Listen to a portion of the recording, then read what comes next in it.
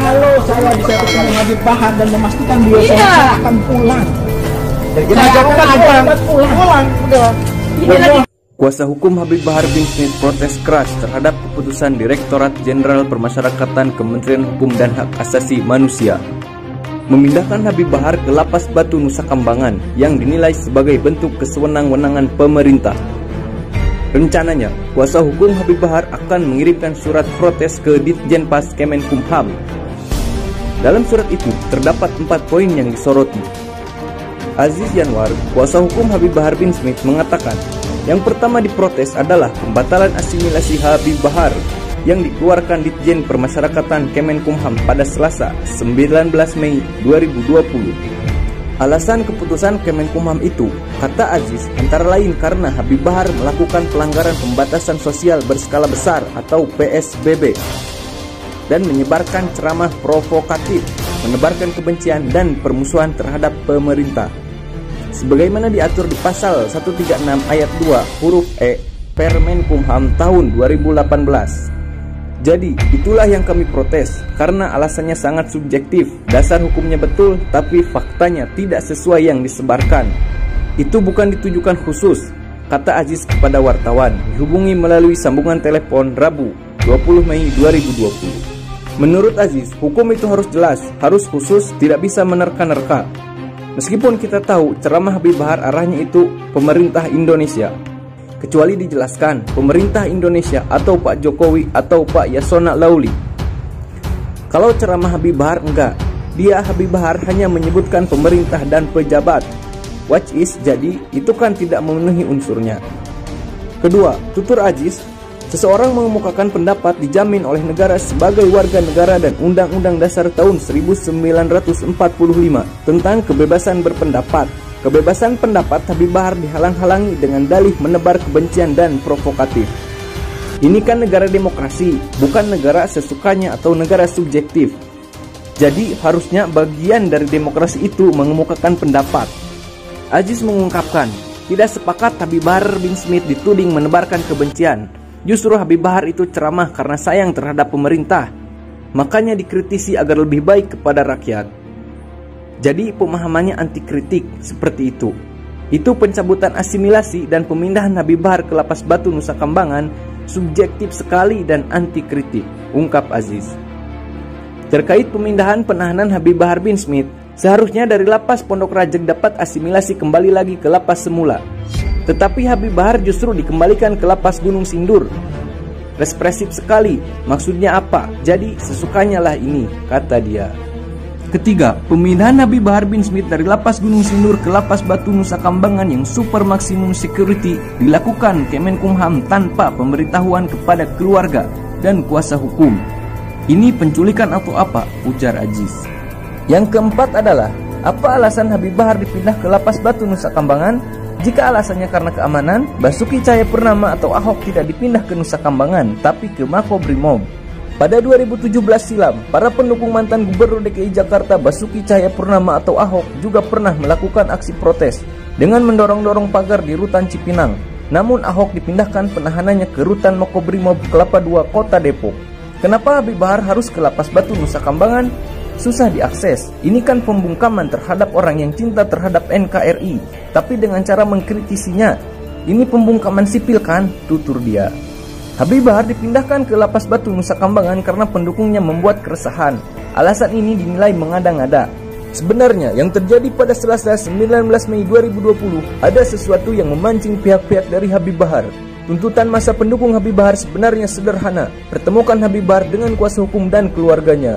Selesai 5 menit, gak akan ada masa satu orang pun, gak akan nongol. Tapi ini sampai sore tidak diizinkan. Kan sederhana aja. Mereka kan bisa masuk melihat Habib Bahar baik-baik saja, terus pulang, selesai kan? Ini enggak, ditahan tanpa bisa dikunjungi sama sekali, tanpa bisa dilihat kondisinya sebentar, itu enggak bisa. Ya, akhirnya masa yang marah. Semua keberatan dimuat dalam surat yang akan disampaikan ke Ditjenpas Kemenkumham. Rencananya, surat protes akan dikirimkan dalam 1 atau 2 hari ke depan, disinggung tentang apa yang disampaikan Habib Bahar kepada kuasa hukum dan keluarganya. Setelah diperbolehkan bertemu, Aziz mengatakan kliennya hanya berpesan untuk tetap berjuang menyuarakan kebenaran. Ya, Habib Bahar hanya berpesan saja untuk tetap berjuang, menyuarakan kebenaran, meminta keluarga tetap bersabar dengan kondisi ini, normatif aja, sisanya urusan pribadi, tandas dia. Kita sebagai warga NKRI yang baik, wajib taat, wajib patuh kepada peraturan pemerintah, peraturan MUI, betul? Karena apa? Selama aturan-aturan itu tidak melanggar agama, selama aturan-aturan itu apalagi senyawa dengan agama, menyatu dengan agama, maka kita sebagai orang yang beragama Islam wajib untuk mentaati dan mematuhinya. Betul? Tapi kalau pemerintahnya zalim sama rakyat, pemerintahnya kurang ajar sama rakyat, menyengsarakan rakyat, maka wajib untuk kita lawan, saudara-saudara. Betul? Saya tanya semuanya, jawab yang keras. Siap lawan kezaliman? Siap. Siap lawan kezaliman? Siap. Siap lawan penindasan? Siap. Siap hancur demi Islam? Siap. Siap hancur demi agama? Siap. Siap hancur demi Islam? Siap. Siap binasa demi Indonesia? Siap. Allahu Akbar. Allahu Akbar. Allahu Akbar. Allahu Akbar. Sampaikan kepada mereka bahwasanya saya Bahar bin Smith mengucapkan ini, saya tidak takut sekalipun besok saya harus dijemput atau dipenjara lagi, saudara-saudara. Kenapa?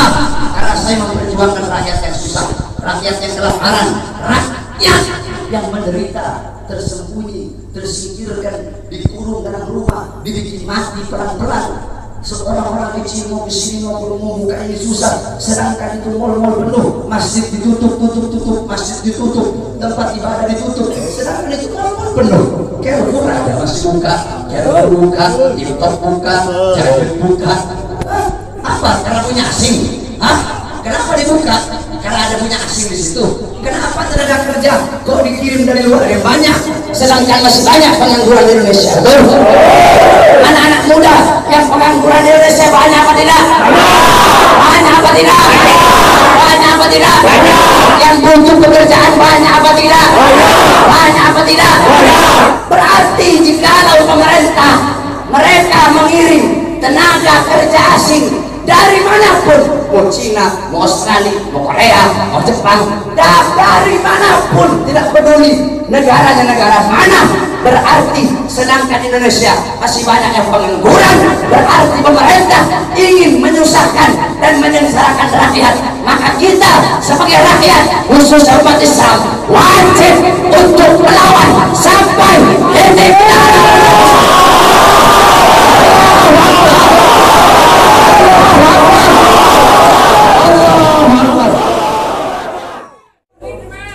Oleh karenanya hadirin sekalian yang dimuliakan oleh Allah Subhanahu wa taala, terus berjuang. Saya tidak akan pernah kapok.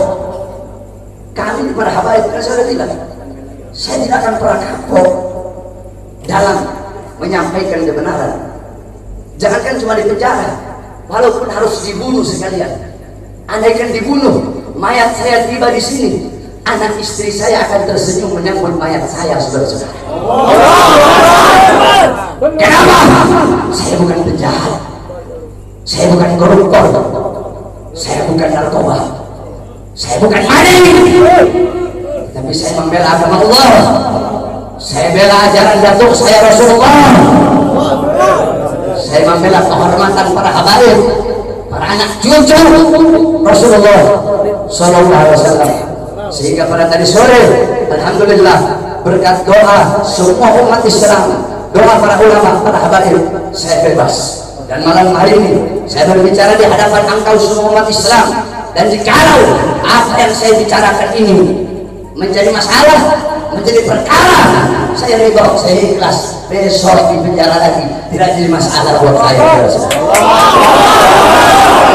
Oleh karena itu, tetap kita harus ikhtiar, berusaha dengan memakai masker, dengan wudhu. Sebab itu diajarkan oleh Rasulullah SAW. Tidak bisa itu cuma tawakal, hidup mati di tangan Allah. Tidak ada ikhtiarnya, keledai, bodoh itu.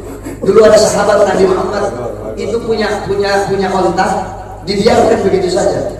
Kata Nabi, kenapa kau biarkan? Saya tawakal sama Allah. Kata Rasulullah SAW, ikat kau punya onta, itu ikhtiar, usaha agar otakmu tidak hilang. Kalau sudah ikhtiar, baru kamu doa, ya Allah jangan saya punya otak tidak hilang. Ikhtiar udah, baru tadi kamu tawakal. Ikhtiar udah, doa udah, baru tawakal. Mau hilang kayak mau enggak kayak urusan Allah. Ikhtiar pakai masker, ikhtiar wudu, jaga kebersihan, itu ikhtiar usaha kita. Berdoa, ya Allah jangan sampai saya kena corona. Kalau habaib sih, kita orang sih habaib sih, ada masalah sama corona sih. Jadi kalau sama Habib ini jangan bilang beb awas kena corona, salah. Bilangin sama corona, corona awas.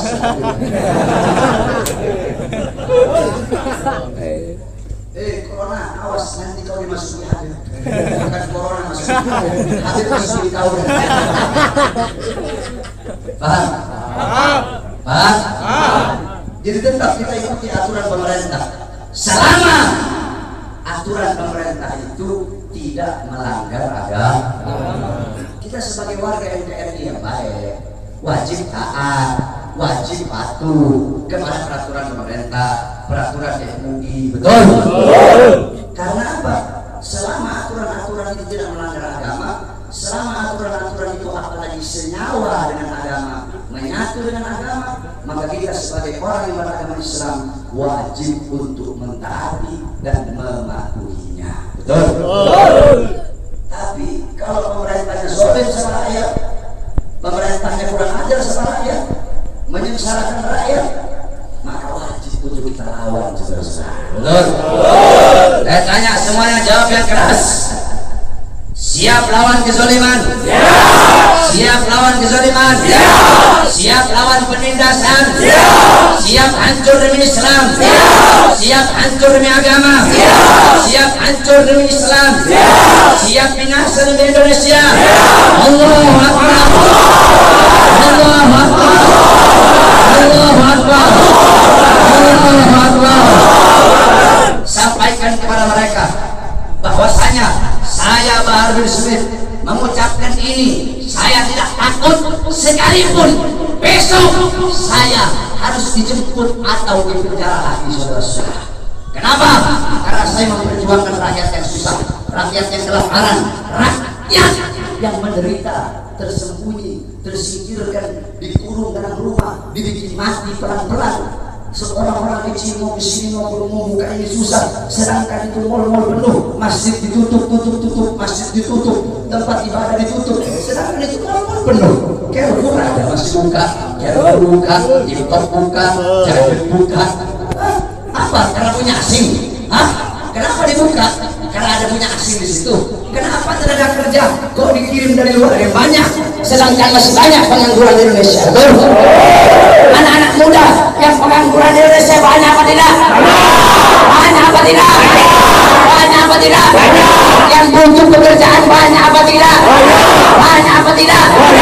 Berarti jikalau pemerintah mereka mengirim tenaga kerja asing dari manapun, mau Cina, mau Australia, mau Korea, mau Jepang, dari manapun, tidak peduli negaranya negara mana, berarti sedangkan Indonesia masih banyak yang pengangguran, berarti pemerintah ingin menyusahkan dan menyengsarakan rakyat. Maka kita sebagai rakyat, khususnya umat Islam, wajib untuk melawan sampai titik darah.